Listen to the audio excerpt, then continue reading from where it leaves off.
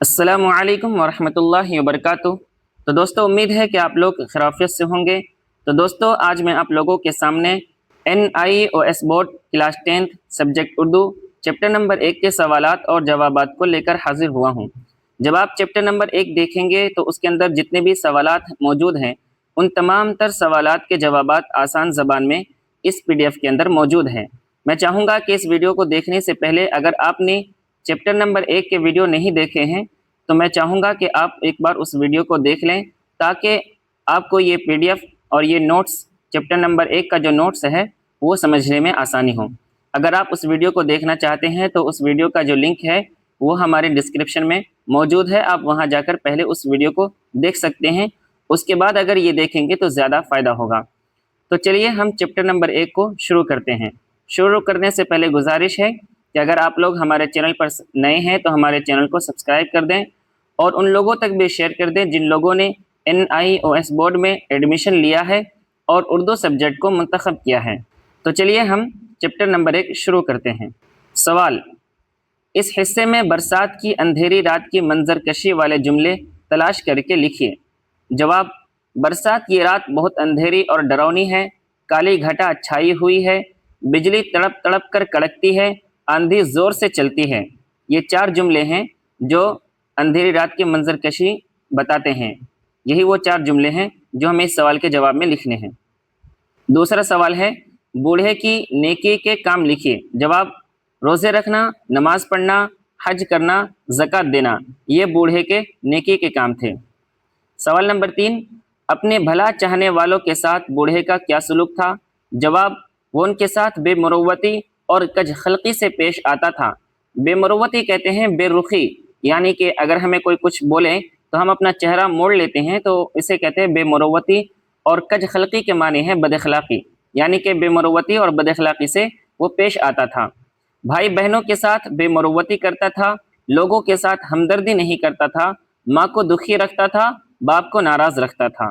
سوال نمبر 4: بوڑھے کے ماں باپ، بھائی بہن، دوست اس سے کیا کہتے تھے؟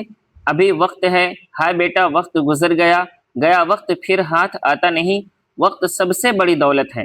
تو اس کا صحیح جواب ہے بھی، ہائے بیٹا وقت گزر گیا، یعنی کہ بوڑھے کے ماں باپ، بھائی بہن اس سے یہی کہتے تھے کہ ہائے بیٹا وقت گزر گیا۔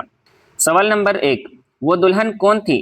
بوڑھے کی بہو، بوڑھے کی بیٹی، ہمیشہ زندہ رہنے والی نیکی، بوڑھے کی بیوی۔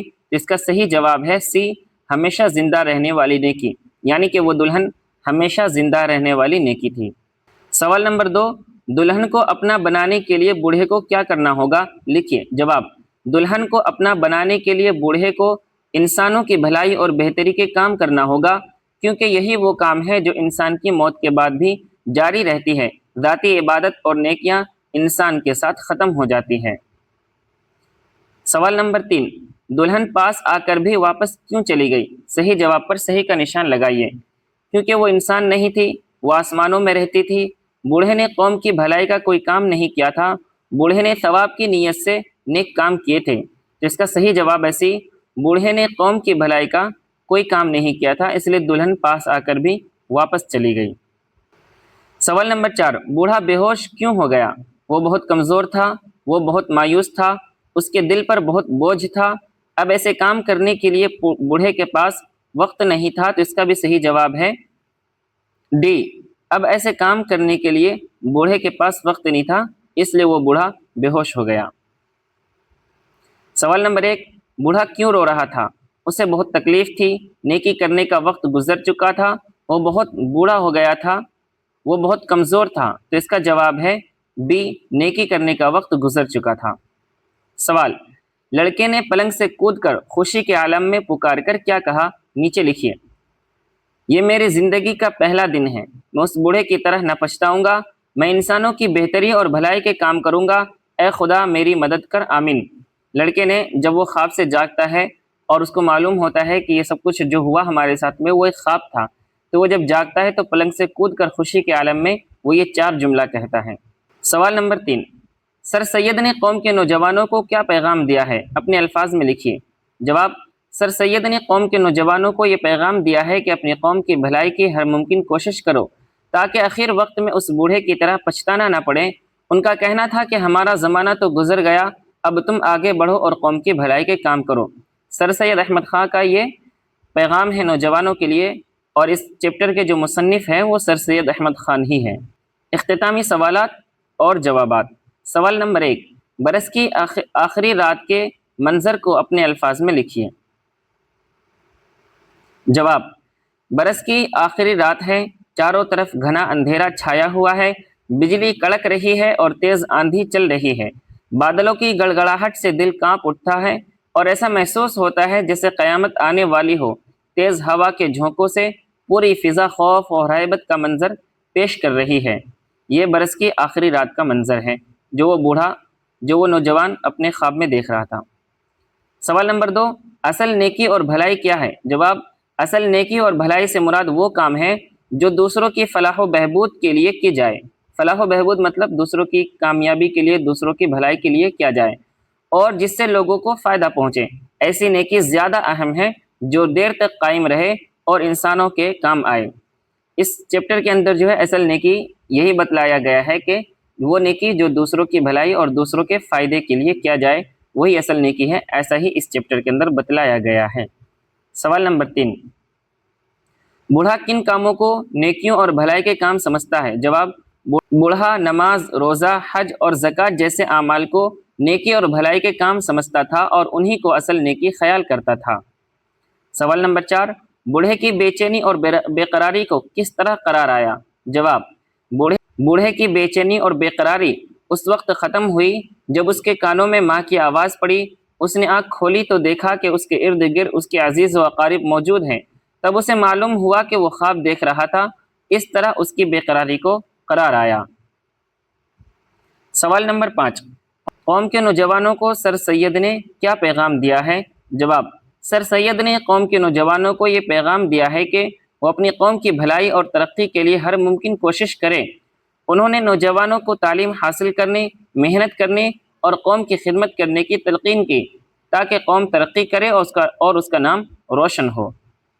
تشبیہ، یہ ایک اردو گرامر ہے۔ تشبیہ کی تعریف دیکھ لیتے ہیں۔ تشبیہ ایک چیز کو دوسری چیز سے ملا کر بیان کرنے کو کہتے ہیں تاکہ اس کی خوبی یا حالت واضح ہو جائے۔ جیسے وہ لڑکی چاند جیسی خوبصورت ہے، مطلب یہ کہ وہ چاند نہیں ہے بلکہ اس کی خوبصورتی کو ظاہر کرنے کے لیے اسے چاند سے ملایا گیا ہے۔ دوسرا مثال، وہ شیر کی طرح بہادر ہے، مطلب وہ شیر نہیں ہے بلکہ اس کی بہادری کو ظاہر کرنے کے لیے اسے شیر سے ملایا گیا ہے۔ تشبیہ میں ہم کسی چیز کو کسی اور جیسا کہتے ہیں تاکہ بات زیادہ واضح اور اثردار ہو جائے۔ اور تشبیہ کی تعریف یہی ہے کہ ایک چیز کو دوسری چیز کے ساتھ ملانا تاکہ بات اچھی طرح سمجھ میں آئے اور اثردار بھی ہو جائے۔ جیسے کہ پہلا مثال ہے، وہ لڑکی چاند جیسے خوبصورت ہے، جیسے کہ ہم کسی کی خوبصورتی کو ظاہر کرنے کے لیے بولتے ہیں، حالانکہ وہ چاند نہیں ہے لیکن ہم نے اس کی خوبصورتی کو چاند سے ملایا ہے، یعنی کہ وہ بہت زیادہ خوبصورت ہے۔ سوال، تشبیہ کیوں استعمال کی جاتی ہے؟ تو جواب ہے، تشبیہ اس لیے استعمال کی جاتی ہے تاکہ بات کو آسان، واضح اور خوبصورت بنایا جا سکے۔ سوال، مثال کے ذریعے تشبیہ سمجھائیں۔ جواب، وہ چاند جیسی خوبصورت ہے، اس میں لڑکی کو چاند سے ملایا گیا ہے تاکہ اس کی خوبصورتی ظاہر ہو۔ تمثیل، یہ بھی ایک اردو گرامر ہے۔ تمثیل وہ انداز بیان ہے جس میں کسی خیال، جذبے یا بات کو مثال یا کسی منظر کے ذریعے اس طرح بیان کیا جائے کہ وہ آسانی سے سمجھ میں آ جائے۔ جیسے دنیا ایک کھیتی کی طرح ہے، انسان اس میں جو بوئے گا وہی کاٹے گا۔ وضاحت، یہاں دنیا کو کھیتی یعنی کھیت کی مثال سے سمجھایا گیا ہے، مطلب یہ ہے کہ انسان جیسے عمل کرے گا ویسا ہی نتیجہ پائے گا۔ تو تمثیل کہتے ہیں کسی بھی بات یا کسی بھی خیال کو کسی منظر کے ذریعے سمجھانا جس سے کہ وہ اچھی طرح سمجھ میں آ جائے تو اسے تمثیل کہتے ہیں۔ آگے چلتے ہیں۔ سوال، درج ذیل جملے میں تمثیل کی وضاحت کریں۔ دنیا ایک کھیتی کی طرح ہے، انسان جو بوئے گا وہی کاٹے گا۔ جواب، اس جملے میں دنیا کو کھیتی سے مثال دے کر سمجھایا گیا ہے کہ انسان جیسے عمل کرے گا ویسا ہی نتیجہ پائے گا، اس لیے یہ تمثیل ہے۔ محاورہ، ایسے خاص الفاظ یا جملے ہوتے ہیں جن کا مطلب ظاہری معنی سے مختلف ہوتا ہے اور وہ ایک خاص معنی میں استعمال کیے جاتے ہیں۔ جیسے محاورہ کہتے ہیں جن کا مطلب کچھ اور ہوتا ہے لیکن وہ ایک الگ ہی معنی میں استعمال کیا جاتا ہے۔ جیسے زارو قطار رونا مطلب بہت زیادہ رونا، ہاتھ پاؤں پھول جانا مطلب گھبرا جانا۔ چیپٹر نمبر 1 میں بہت سارے محاورہ ہیں، میں نے مثال کے طور پر صرف یہاں 2 دیے ہیں۔ میں آخر میں اور گزارش کرنا چاہوں گا کہ اگر آپ نے چیپٹر نمبر 1 نہیں دیکھا ہے تو آپ جا کر کے اس کو دیکھ لیجئے۔ میں آخر میں اور گزارش کرنا چاہوں گا کہ اگر آپ لوگوں نے چیپٹر نمبر 1 نہیں دیکھا ہے تو آپ جا کر دیکھ لیجئے، اس کا جو لنک ہے وہ ڈسکرپشن میں موجود ہے۔ امید ہے کہ آپ کو یہ چیپٹر سمجھ میں آئی ہوگی، یہ جو ابھی ہم نے PDF پڑھی ہے یہ سمجھ میں آ گئی ہوگی، لیکن اگر کچھ کمی ہے تو جب آپ اس ویڈیو کو دیکھیں گے تو یہ سوال جواب بآسانی سمجھ میں آ جائے گا۔ لیکن اگر پھر بھی کوئی دقت ہے، کوئی مشکلات ہے تو نیچے دیے گئے نمبر پر رابطہ کر کے آپ ان چیزوں کو بآسانی سمجھ سکتے ہیں، کوئی دقت نہیں ہے۔ باقی اگر آپ کو کسی بھی چیز کی، کسی بھی قسم کی ضرورت ہو، کوئی بھی مدد ہو تو آپ نیچے دیے گئے نمبر پر رابطہ کر کے بلا جھجک معلوم کر سکتے ہیں۔ اور اگر آپ کو یہ PDF چاہیے تو آپ اس نمبر پر SMS یا کال کیجئے، آپ کو یہ PDF مل جائے گی۔ انشاءاللہ ہم جلد ہی دوسری ویڈیو میں ملیں گے، جب تک کے لیے خدا حافظ۔